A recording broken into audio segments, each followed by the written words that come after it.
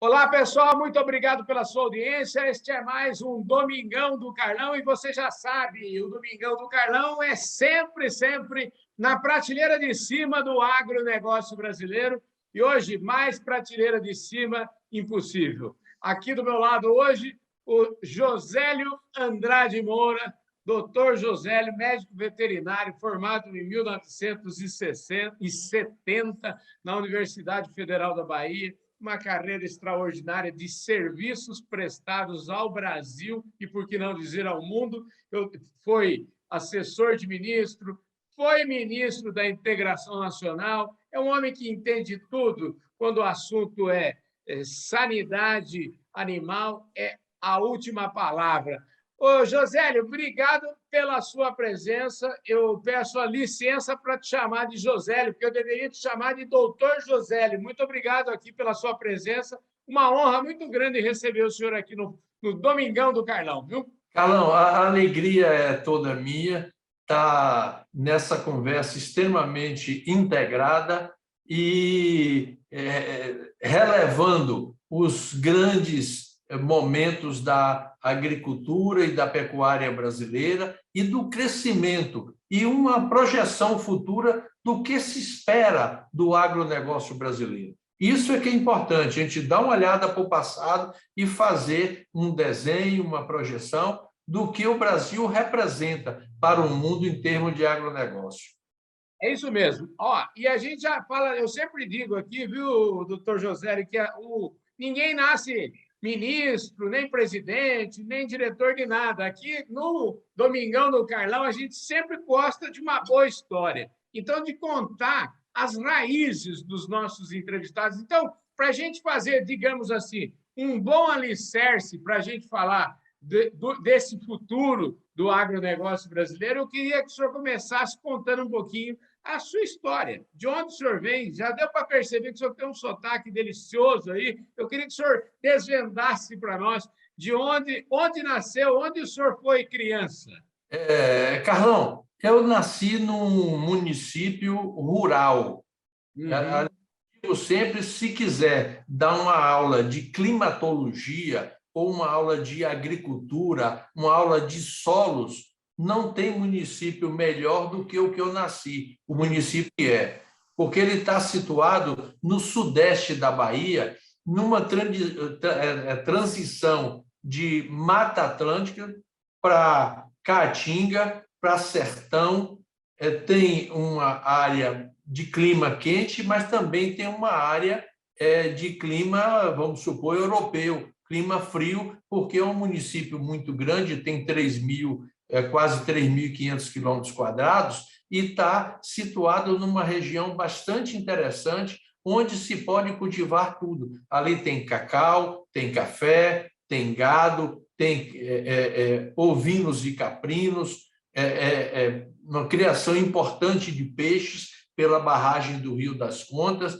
Então, tem um microclima bastante interessante no município que eu nasci. E é um município de importância histórica, porque deu à Bahia dois grandes governadores, Antônio Lomanto Júnior e César Borges. Tá? Foram dois classificados entre os melhores governadores, pessoas extremamente sérias, políticos, mas políticos voltados exclusivamente para atender os anseios do povo do estado da Bahia. Eu nasci aí, estudei, fiz meu curso primário aí em Jiquié e fui estudar no que chamava antigamente ginásio e científico em Salvador, no Colégio Antônio Vieira, que é dos padres jesuítas.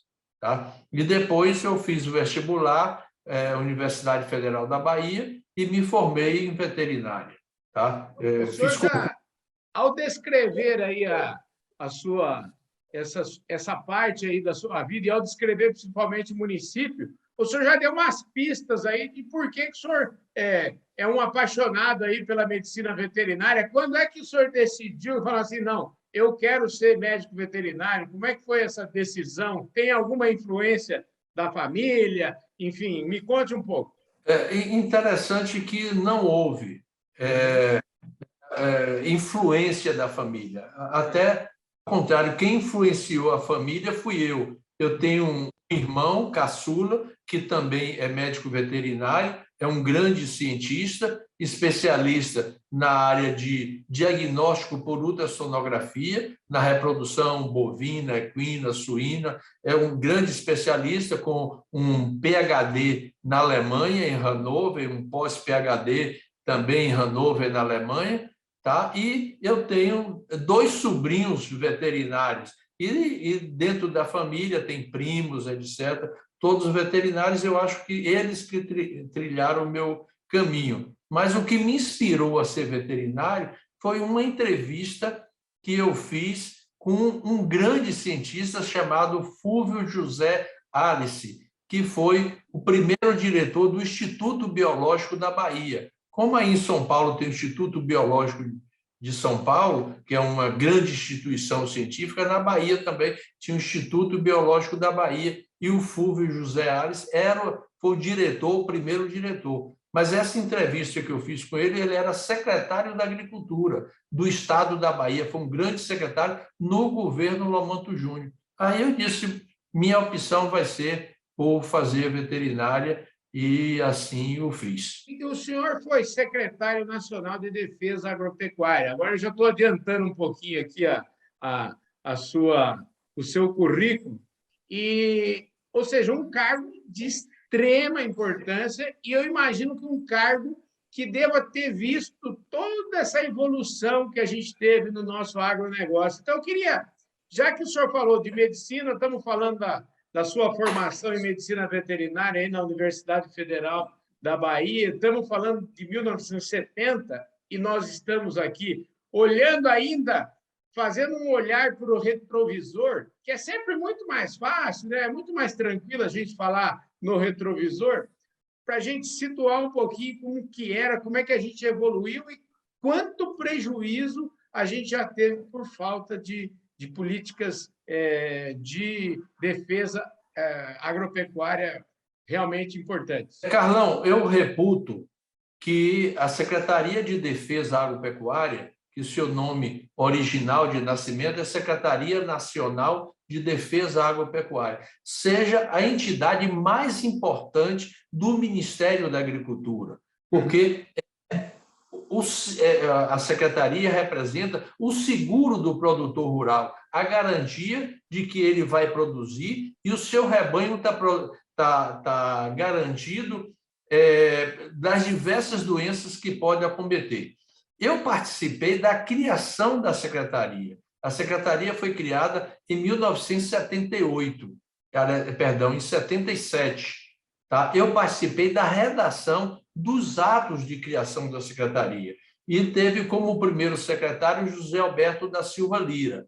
Tá? Em seguida, em 78, por isso que eu falei em 1978, nós fomos surpreendidos com um surto de peste suína africana no Brasil. E eu participei ativamente de todo o processo no nível estratégico da erradicação de peste suína africana. Todo o processo, inclusive eu que assinei, juntamente com o ministro Nestor Ios, o ato de erradicação da peste suína africana no Brasil, tá? Comunicando isso à OIE, que é a Organização Internacional de Epizootia, que hoje chama Organização Mundial de Saúde Animal.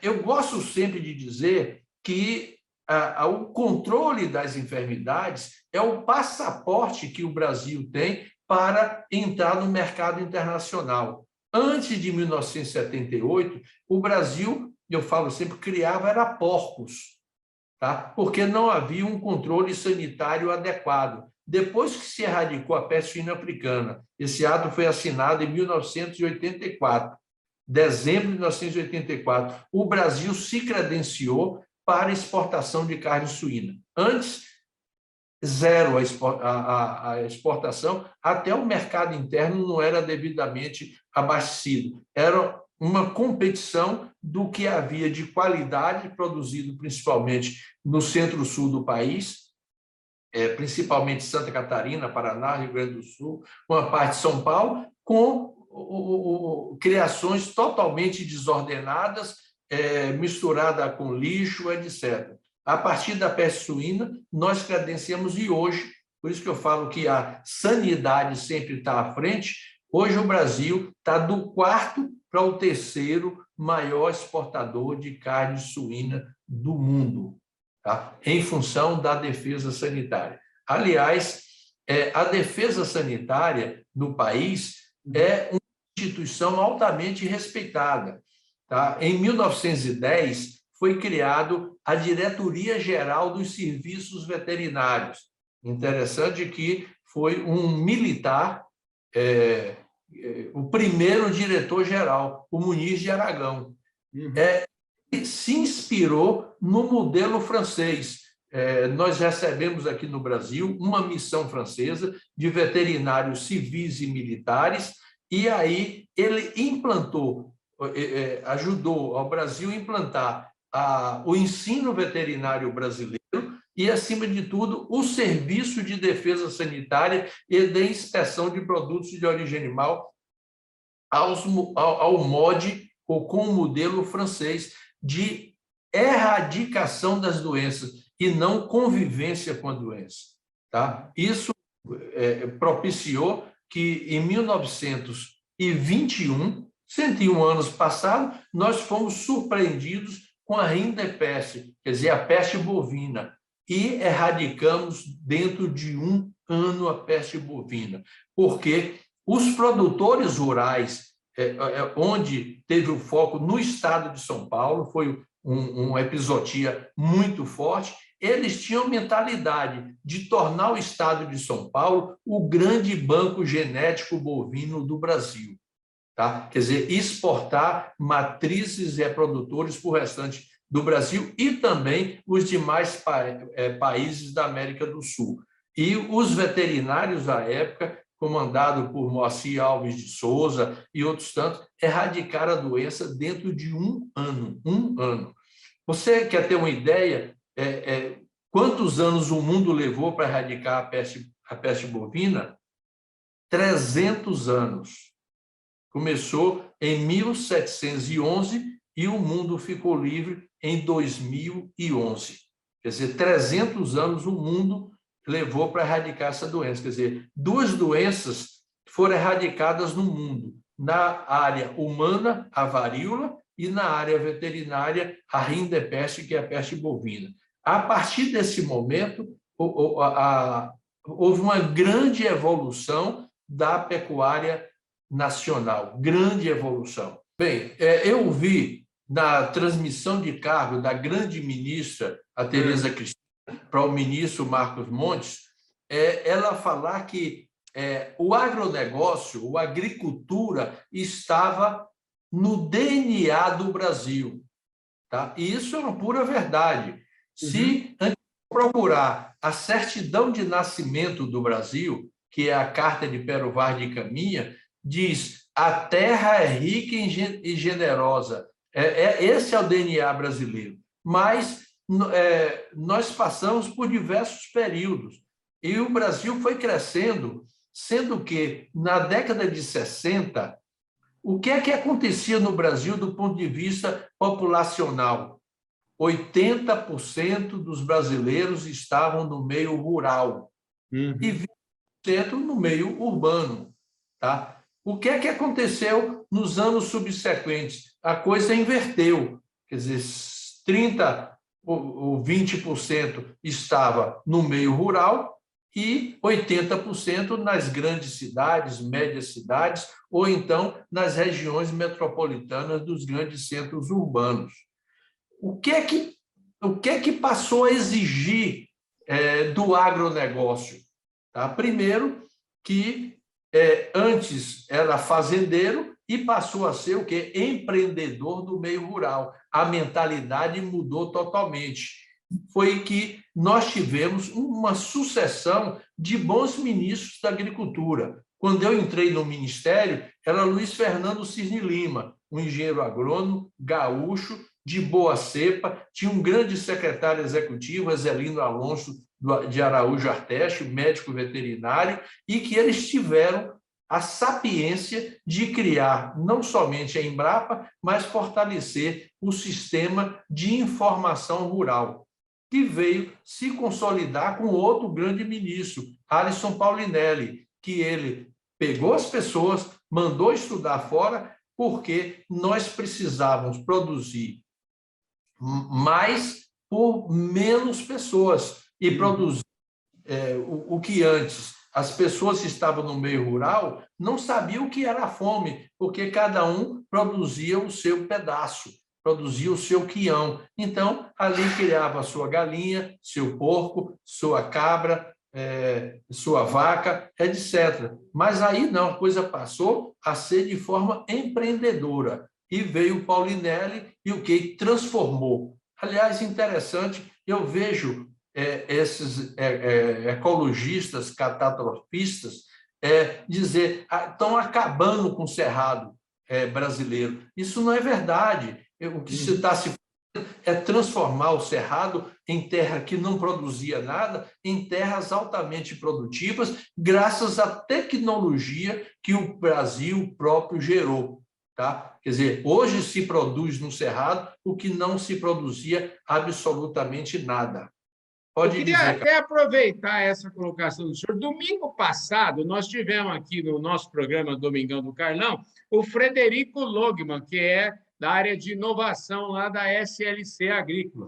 E aí, eu falando com ele, falou, eu sou uma pessoa, vamos dizer assim, otimista por precisão, eu sempre falo, e esse programa aqui, todo mundo já sabe, que é um programa de agenda positiva.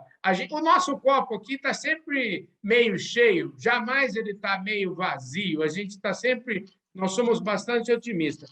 Mas, a propósito disso que o senhor falou, o Frederico me disse, olhando um pouco para o futuro, e é um pouco essa conversa que a gente vai encaminhar daqui para frente, ele prevê, né, uma era da abundância, ou seja, ao contrário, né, de que todo mundo fala, eles foram para o Cerrado, uma terra que, como dizia o Roberto, como me disse aqui no programa, o Roberto Rodrigues, de um tempo em que cerrado nem dado nem herdado. Então, os agricultores brasileiros pegaram uma terra que não produzia absolutamente nada, que teoricamente não tinha aptidão para a produção, e transformaram à custa de tecnologia, à custa de conhecimento, à custa de tudo isso que nós estamos falando. Eu queria que o senhor desenvolvesse esse tema para nós.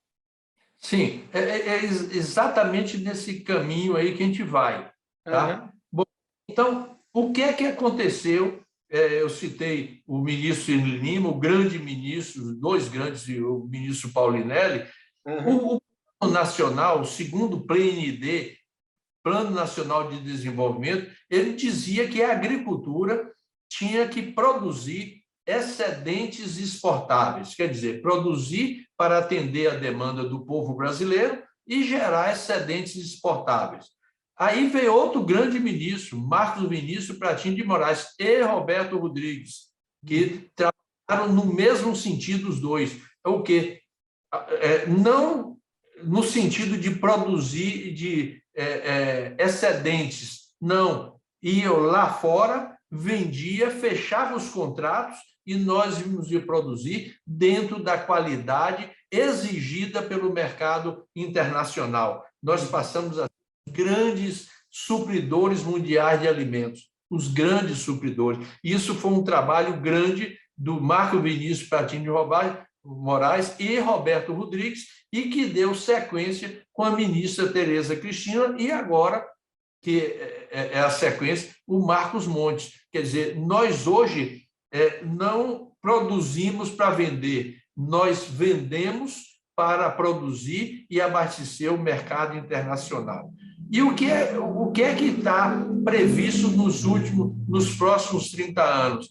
É que a população mundial chegue a 9 bilhões de almas, 9 bilhões de pessoas, e que precisam ser alimentadas. E essas pessoas estão saindo, continuam saindo do meio rural, das pequenas cidades, para grandes cidades. Tá? Então, a gente vê, eu acabei de falar de suinocultura. O Brasil tem em torno de 32, 33 milhões de suínos. A China tem 300 milhões de suínos. Mas a China é o maior produtor, mas também é o maior importador de carne de suínos, porque a China já chegou no limite da sua produção, até por questões ecológicas e por questão também de produção. Não consegue produzir, embora esteja adotando alta tecnologia, fazendo fazendas ou criatórios verticais de edifícios de 10, 12, 14 andares, vários edifícios juntos, com elevadores, com tudo, mas isso tem um limite, porque a China não consegue produzir mais os grãos necessários para alimentar esses porcos e também a água necessária para a criação. Por outra parte, a Europa já também exauriu o seu sistema. Tá? Você vê que a Irlanda produz, mas produz a preços muito altos e não competitivos com a agricultura brasileira. Tá? Nós somos ousados, produzimos aviões e outras coisas, mas na agricultura e na pecuária nós somos imbatíveis. Nós produzimos com altíssima qualidade, atendemos às questões próprias de cada mercado, nós atendemos 100 e tantos países, 190 países, e especificamente com acordos bilaterais, atendendo às exigências de cada um deles. Então, o Brasil tem sido campeões e as indústrias estão reunidas através, no caso da carne da BIEC e outras, sabe, Frigo, etc., e que estão antenadas com o mundo e nós estamos chegando juntos, porque nós chegamos a um ponto de produzir com qualidade. Quer dizer, nós deixamos aquele passado, onde éramos fazendeiros, produtores para depois ir levar para a feira, para atender a grandeza do mercado mundial. O Brasil atende 1,5 bilhão de pessoas fora do Brasil com produtos de qualidade. Doutor José, é o seguinte, a gente está caminhando aqui para o finalmente aqui da nossa prosa, e eu queria... O senhor é presidente da Academia Brasileira de Medicina Veterinária, já foi presidente da Sociedade Brasileira de Medicina Veterinária, o senhor é um homem completamente dedicado aí às lides que dizem respeito a todo o nosso agronegócio, a todo o segmento, e eu queria que o senhor me falasse o seguinte...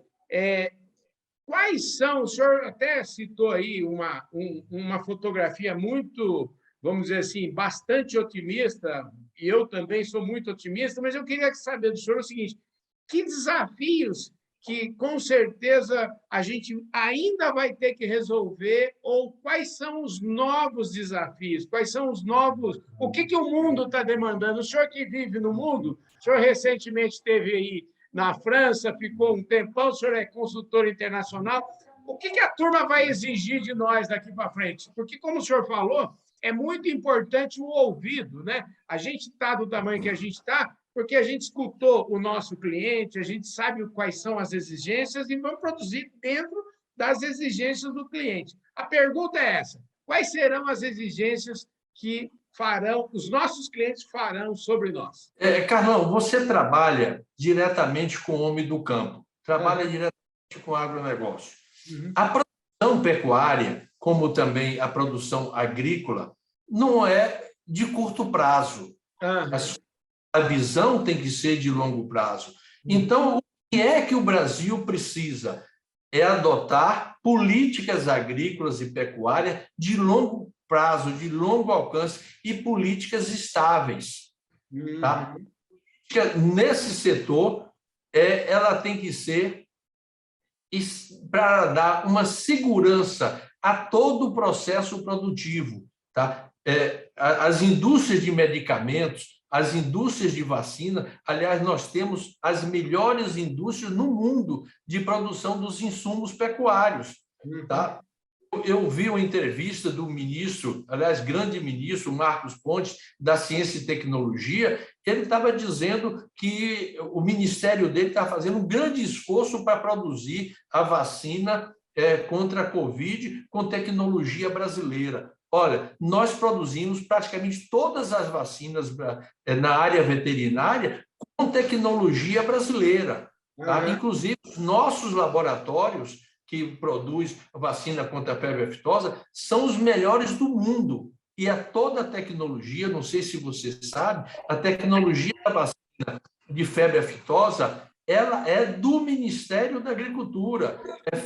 Foi feita com a parceria com o Centro Pan-Americano de Febre Aftosa e que gerou a vacina oleosa e que a gente conseguiu de 50 mil focos, que era na década de 70, no início, reduzir para 0 através de vacina. E temos outras tantas vacinas no setor da avicultura, no setor da suinocultura, além dos produtos veterinários, todos de alta qualidade, graças à política e à auditoria do Ministério da Agricultura. Então, o que o Ministério, o governo precisa fazer é ter políticas bem claras de longo prazo, inclusive na área leiteira. Por exemplo, a pecuária leiteira não é pecuária de curtíssimo prazo, para você investir, são investimentos caros.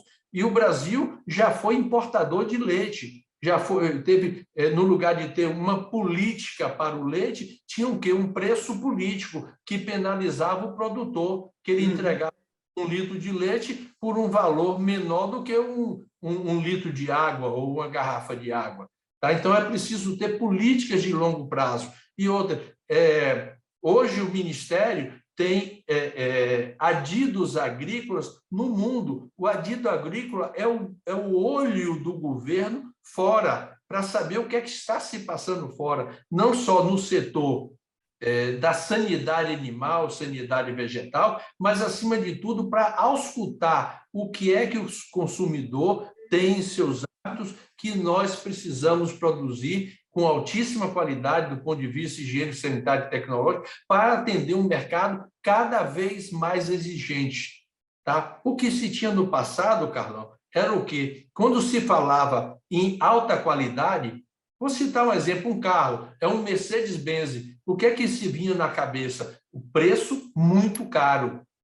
Hoje em dia, não. Hoje em dia você tem veículos de altíssima qualidade, com tecnologia embarcada em preços baixos.